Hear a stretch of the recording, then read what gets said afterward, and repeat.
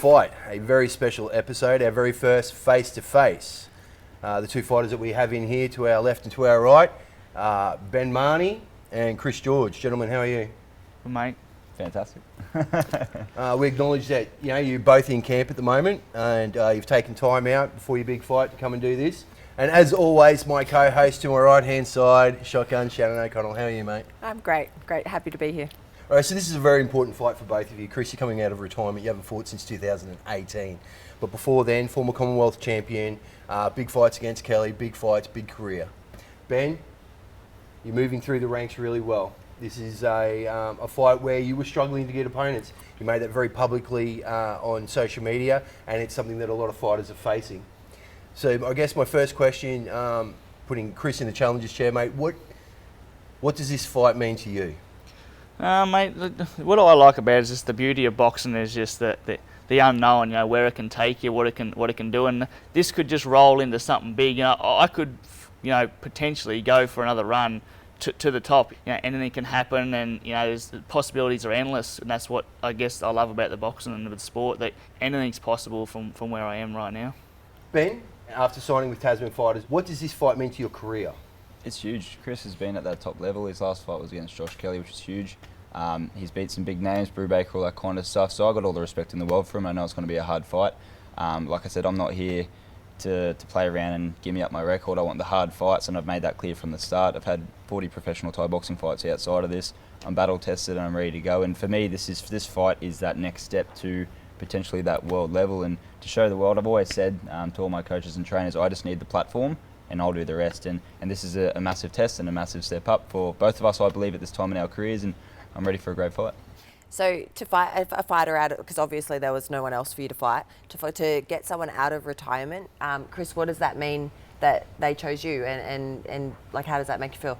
I think it's smart management. Obviously they want someone with some credentials and maybe fight for the regional, and you need someone good. And obviously, in that weight division that is there at the moment, you've got Tim Tszyu and Jeff Horn and, all them guys who probably won't want to fight Benny. And then obviously there's a couple others there that didn't want to take the fight. So, they got to try and find someone to step him up with that'll take the fight. And, ideally it's perfect for him, like someone coming out of retirement with a name.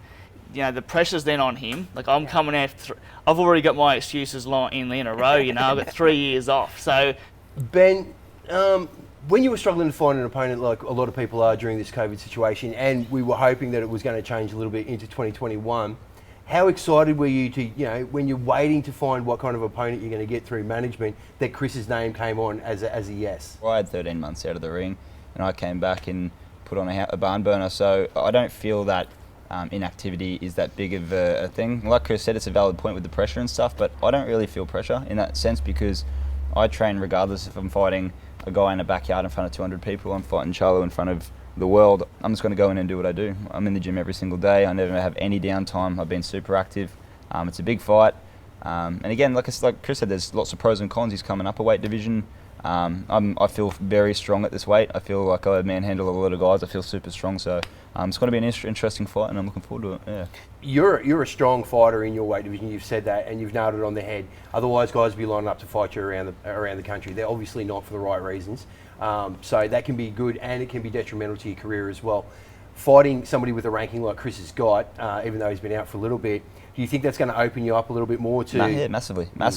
Chris has got the ranking. He's earned his stripes. He's been at that top level, top tier, and that's where I want to be. So this is a perfect fight for me, and I'm really excited for it. The reason I'm not getting fights is because obviously the guys at the beginning, they want to keep winning their fights. The guys at the top, they don't want to take a back step because you don't have a regional or a ranking, and they don't want to have a hard fight and potentially lose or look average against someone that gives them nothing in return. So for both of us, this is a really good fight at the right time. I actually love about this fight is that I feel like there's been a lot of fights lately where there's fight like Zarafa. He's in a lose-lose situation in that fight. This fight is kind of win-win for both, because if you win, it brings you back. If you win, then you get a better ranking. And but if you lose, it's not the end of you, because it just means that you weren't ready for that step yet. But it doesn't mean that step's not coming. I feel like this fight is win-win for both of them. I think you've nailed it on the head there. It's a great fight, both for Chris to be stepping up. It's a challenge coming up the weight division, and coming off the grass. For Ben, there's a ranking fighter in front of him. which improves him right across the board. And taking you back, this could be the fight that's a fight away from possibly that famous stoush that we did see on social media between yourself and Michael Zarafa. Yep. Oh, love that fight. Like I got Chris to focus on right now, but in the unforeseeable future, I would love that fight. Any day of the week, I'd take it. Ben, what do you see that Chris does well? What does your opponent do well? Look, I'm not going to go and give everything that we've been This is training not for. my way. Tell me, what are you worried about? Yeah, Without giving too much away. Yeah, without giving too much away. Chris is fit. He moves well. He's got some good, hard, calculated punches. There's a lot of pros, but I do see, as everyone's styles, to see a lot of chinks in the armour, and we're implementing game plans to hopefully get the job done on the night. But yeah, like I said, Chris is an all-round fighter, so I'm bracing for a 10-round war at this point. Chris, when you look across at Benny, what do you think he does really well? It's different to my strength. My strength is like one shot. I set shots up and have one-shot power shots. Benny's strong and all of it, and I think it comes a little bit with a bad thing that he has heavy feet, so he plants his weight in his feet. That's where all his strength and power comes through his whole body.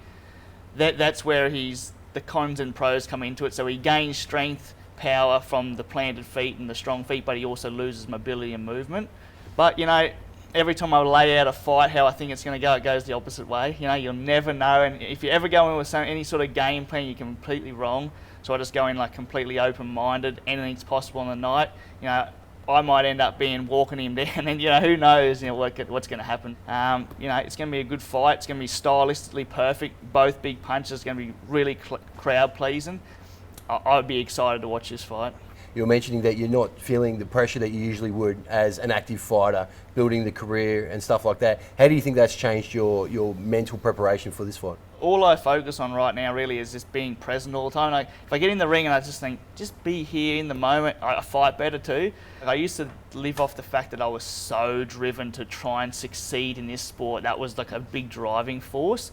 So I'm worried that that's not there anymore, but just the calmness and the presence and that it's all there, and the training's been good. Like I haven't been having to like try and self-motivate. My motivation's been there. Every time I get to the gym, I feel happy, I feel good, I want to train, and I'm training hard.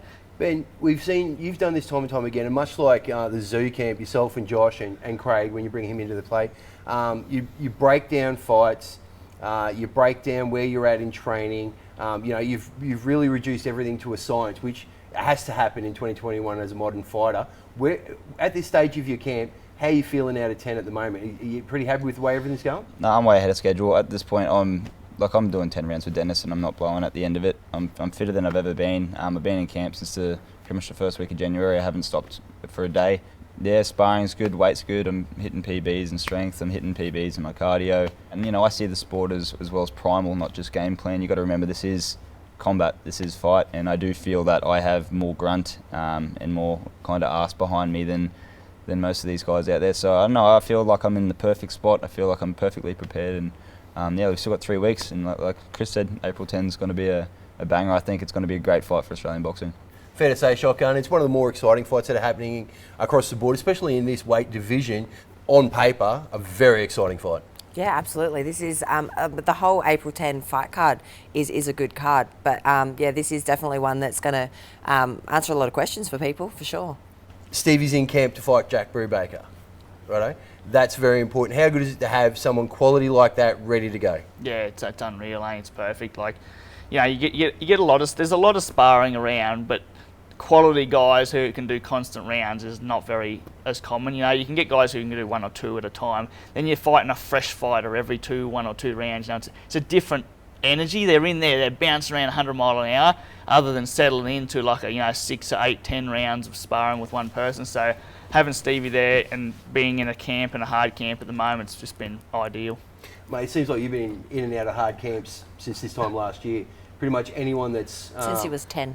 Yeah, exactly right. We saw the photos on social media, the babyface photos. Oh. Taking you back, but Dennis Hogan, Jack Bowen, you're just coming out of sparring after sparring after sparring. How evolved have you come in the last 12 months? Oh, massive. I feel like every time you spar, if you have a good quality spar, not trying to kill each other, but you're game planning, and with Stevie's ridiculous rounds, so that's just awesome. Like, you get those guys that are really there, and the whole time you make one mistake, they're on you. and you learn so much. I feel like every time you have a 10-round sparring session, you have another fight. I feel like it's a massive experience and a massive learning curve. Like I said, with Jack Bowen, Dennis Hogan, all those boys I'm doing rounds with now is awesome. Jack just had his fight last weekend and killed it.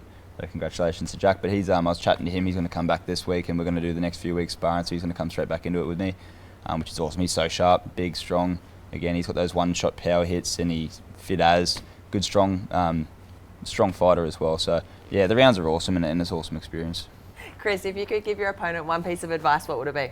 I don't know. He seems pretty level-headed. He's got his head switched on. I mean, the whole theory of it is to don't let setbacks knock you out, and I don't think he has that mindset. I think he'd be right. I think he's going to go a long way. It's just stepping stones, and we'll just see how this one goes for him. Mate, same question. If you could give Chris any advice, what would it be? Great answer. I feel like Chris has been to that stage. He's training hard. He's fit, super mellow, super down to earth, and he's putting in the work. So all I can say is for both of us to train our asses off, and we'll both show up on the night. Any final comments from either of you to your opponent? Man, all the best. Good luck. Let's go.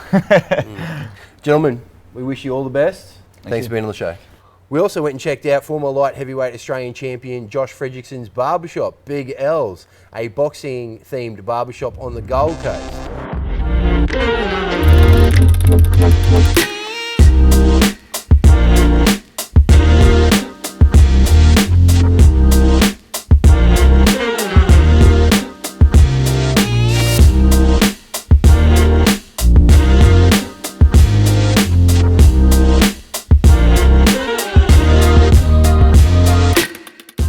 Big L's Barbershop. So I named it after a passed away mate, and he used to own a barbershop. But me being not local on the Gold Coast and knowing boxing, like you have to sort of sell tickets to make it sort of more feasible for the promoter. So I thought, what better idea to do than throw a barbershop in and bring it into boxing as well. The coffee shop was actually my partner's idea. She loved coffee. I never really used to drink it, and then I started enjoying it with her. And then she was like, why not just throw a coffee window at the front of it? So we did that, and it's really paying off. Now we've turned it into a cafe, we've got bits and pieces of food, and we're just increasing. So it's good to see.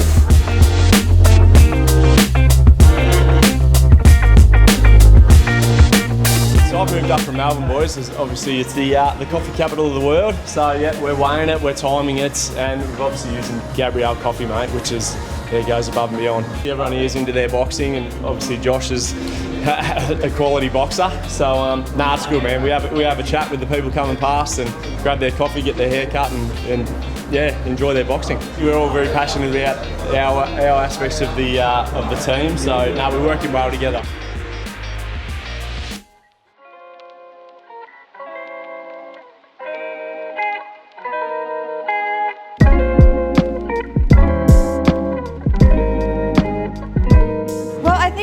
Definitely high vibe for me. It's about relationships, and ever since I've been coming here, it was obviously the coffee is the best on the coast. I stumbled across the shop, and yeah, ever since then I've not only enjoyed the coffee, but definitely the relationship that I've built with the boys has been amazing. So that's what keeps me coming back.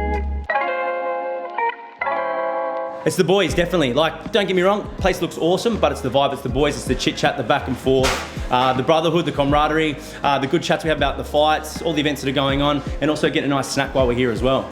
All around good vibe, and the boys are always good too, so yeah, you can't go wrong coming to Big L's. Great bunch of lads, great coffee, great food, and great atmosphere. And all, great haircut. Sensational. Come here every day. This is part of home. To me, everything's about just personality. It's about, the people that we surround ourselves with. And I think the three of us now, we've got a really good team. We've got that good kind of synchronicity. We enjoy coming to work every day. You spend a lot of time together. And so you do want to, you want to be able to have a little bit of fun while you're at work. And I think that helps attract the customers that we get as well. Yeah, location's awesome. Look, obviously 2020 was a pretty tough year to be trying to grow a business. But we found that we got Broadbeach is such a tight-knit little community that we were able to, just really get ingrained in the community and get that word of mouth and get people coming in.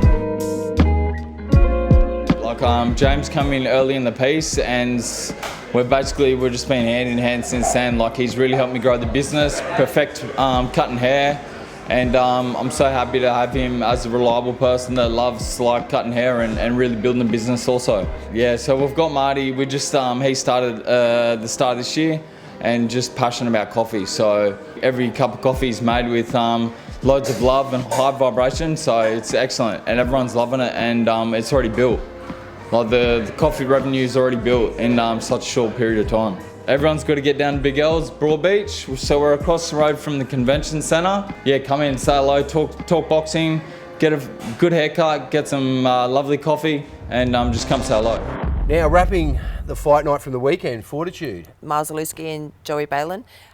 Joey brought a tough fight, I think tougher than a lot of people expected from him. He was quite a lot smaller than Miles. Miles is going down to super featherweight, but he's big. He's a big lightweight, so he's going to be a huge super feather. But yeah, Joey was tough. He ended up getting caught with a big uppercut, and then not long after that, the ref jumped in and stopped it. He was, I think, not very happy with the stoppage, but I mean, there was no winning the fight for him. I think it was going to end badly. Miles is super sharp, super big, super strong. Ben Horn coming away with an Australasian welterweight title. Yeah, it was another entertaining fight. A lot of wild swinging punches thrown.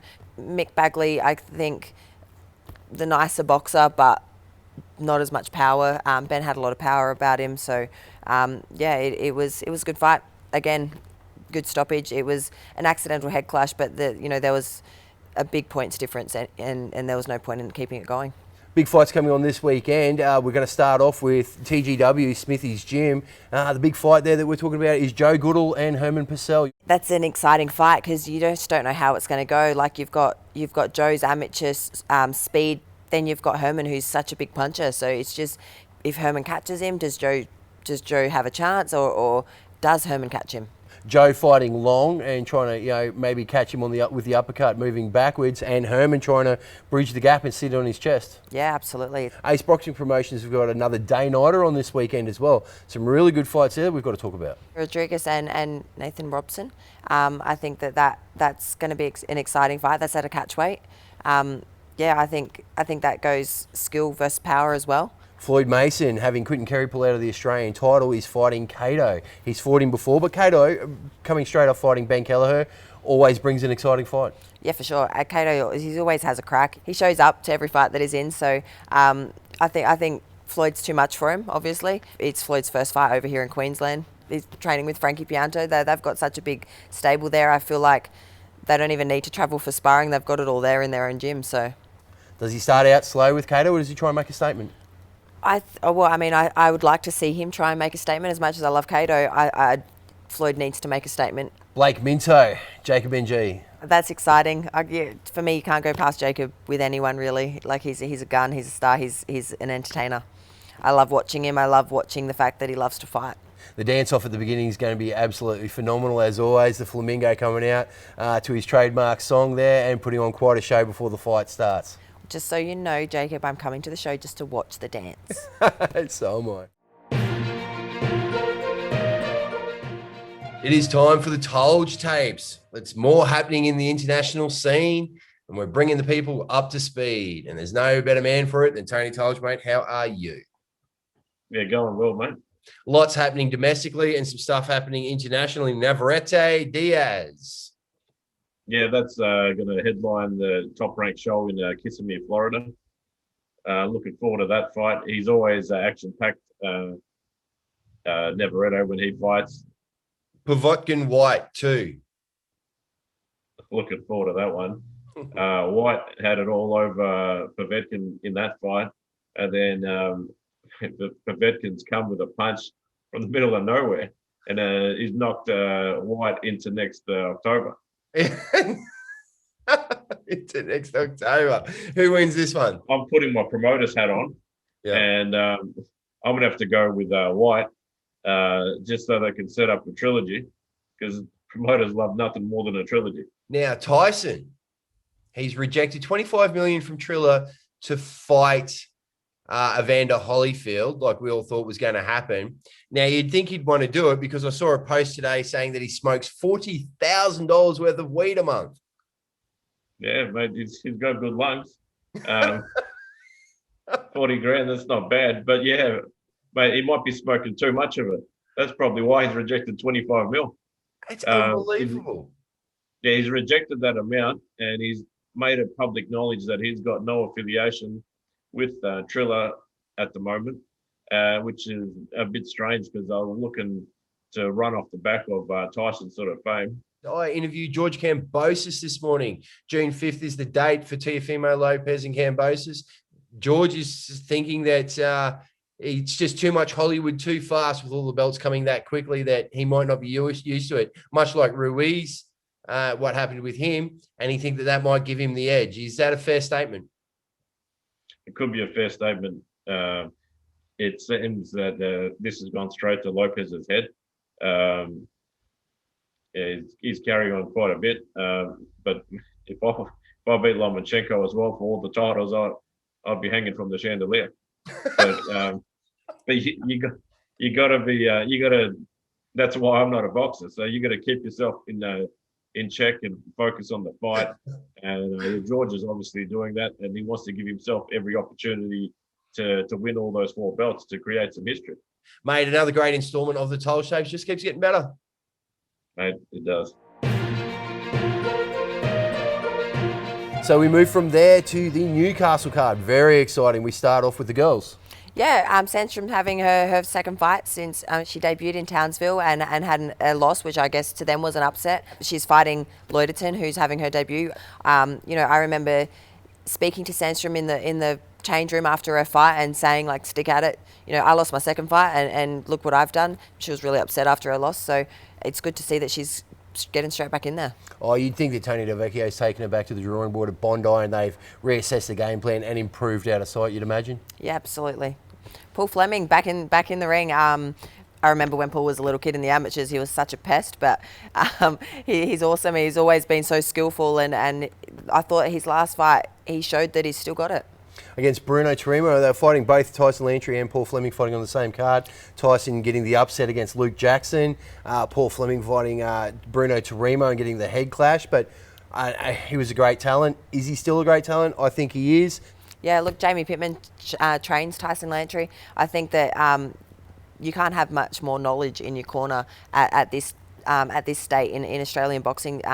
He's got all the skill set from the amateurs. He's been there in the pros, so obviously that's that knowledge coming into play with the upset against Luke Jackson. No one saw that coming, really. They kind of wrote Tyson off, but he did the job. Yeah, absolutely. And I think he had the more telling shots with Luke Jackson. Mateo Tapia been training with Tim Tszyu, getting rounds in there, fighting and rematching Rennie Quinlan for a WBA Oceania Super Middleweight title. Your thoughts? Quinlan's awesome. He's he either comes or he doesn't, and I personally think that I just don't know if he's still got that same hunger as what he had years ago. He's been out for a little bit as well.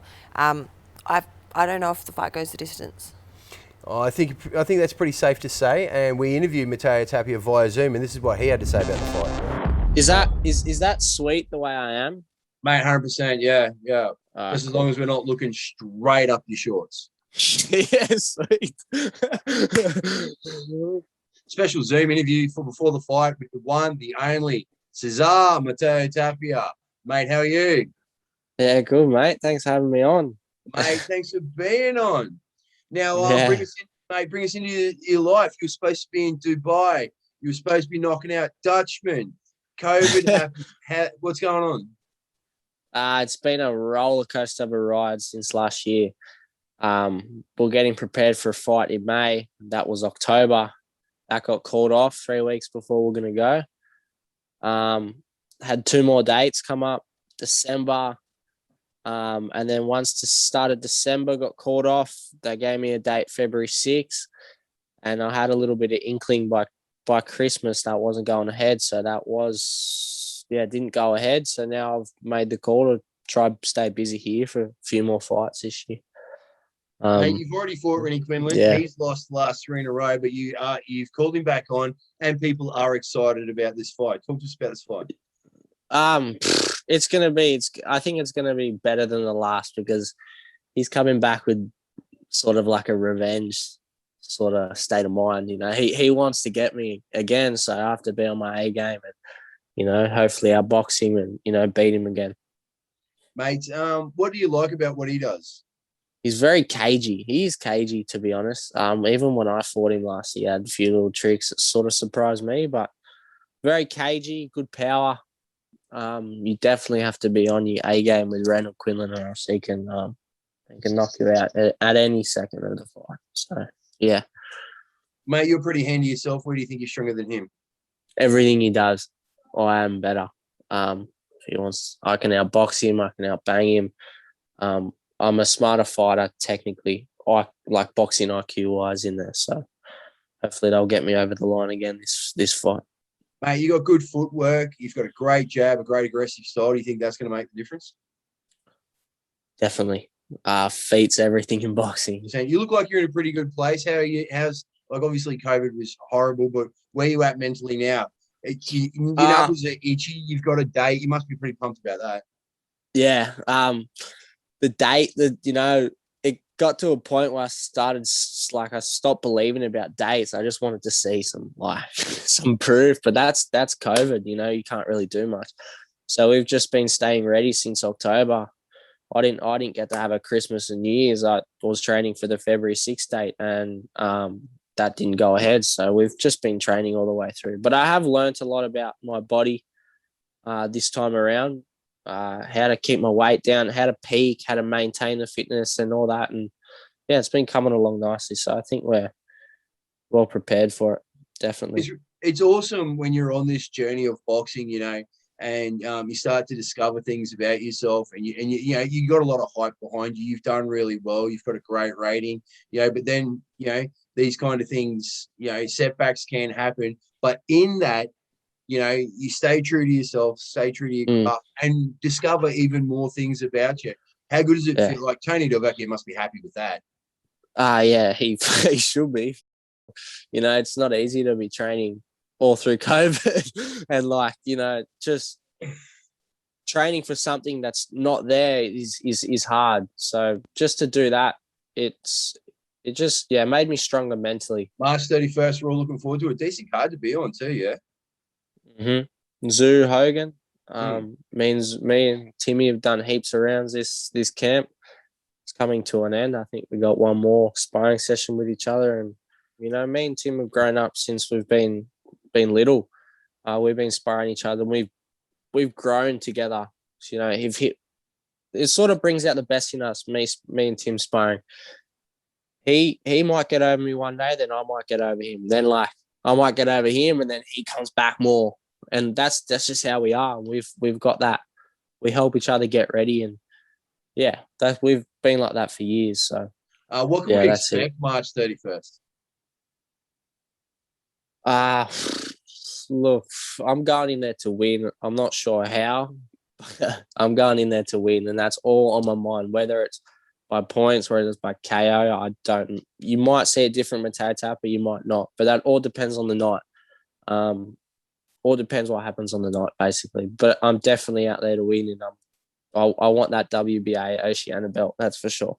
Mateo Tapia, get into your recovery. Chill out tonight. We're excited to see you March 31st, son, to do what you do best. It's been an honor and a pleasure talking to you, man. And we wish you safety and success. Thank you. You too. Thanks for having me on. And I wish you all the best. And I'll probably see you soon. And then we've got Wade Ryan and Cohen Mazzudio, the Australian title and the IBO regional, a super welterweight. So it's obviously that division. It's that everyone's got their eyes on. So that's another exciting fight. Yeah, great fight. Both these names have been thrown around with each other. A tough one, you know. Wade Ryan getting the title not long ago, and Cohen Mazzudio doing some pretty interesting things as well. That's a fight that I think we have to look out for. Yeah, absolutely. Another exciting fight that you just don't know. So, battle of the legends, Sam Solomon and Sakio Bika. Sakio having a fight against Adam Stowe, fall apart because he didn't have his blue book at the time. Now they've remade it on the no limit card against Sam Solomon. It's a legend versus legend fight, this one. Yeah, absolutely. And I'm not sure what comes from the fight, really, because they are both legends. So it's not like who's the legend, because, you know, they're both very well respected fighters. obviously not ready to give it up. Yeah, for the kids that are playing at home, make sure you keep your eye on this fight. It is a great fight. Both guys been there, done that, and coming back. So the main event, Tszyu Hogan. Been a bit of back and forth over the social media lately? Yeah, exciting. It's good that they're both very respectful people, so it's good that there's been a little bit, I guess, of disrespect come into it to make it exciting for the fans. I'm sure that the respect's going to be there on the night, though. Both great sparring camps. Tszyu training with Matteo Tapia and obviously trying to match Dennis's game plan by using Joel Camilleri. Dennis has been using Ben Marnie and fighters of the like to try and match Tim Tszyu's. How do you think this fight goes? It'll be a good fight, probably one of Tim's better fights that we've seen recently, but I think Tim will be a little bit too much for Dennis. He's just too composed for mine. I think it's, instead of middle rounds on this one, I think it's going to be mid to late rounds where you're going to see either an upset coming from Dennis Hogan or the finish by Tim Tszyu. Not necessarily by a stoppage, but where he just kind of steps it up a gear and does what he needs to do to win on points. Yeah. But I think the later part of the mid rounds, I think that's where there's going to be a big change. Yeah, I completely agree. I think mid to late rounds, I think you're going to see Tim just work it out. Yeah, a lot to talk about, and we're just going to stay tuned. I'm Rob Scheif, and you're watching Before the Fight.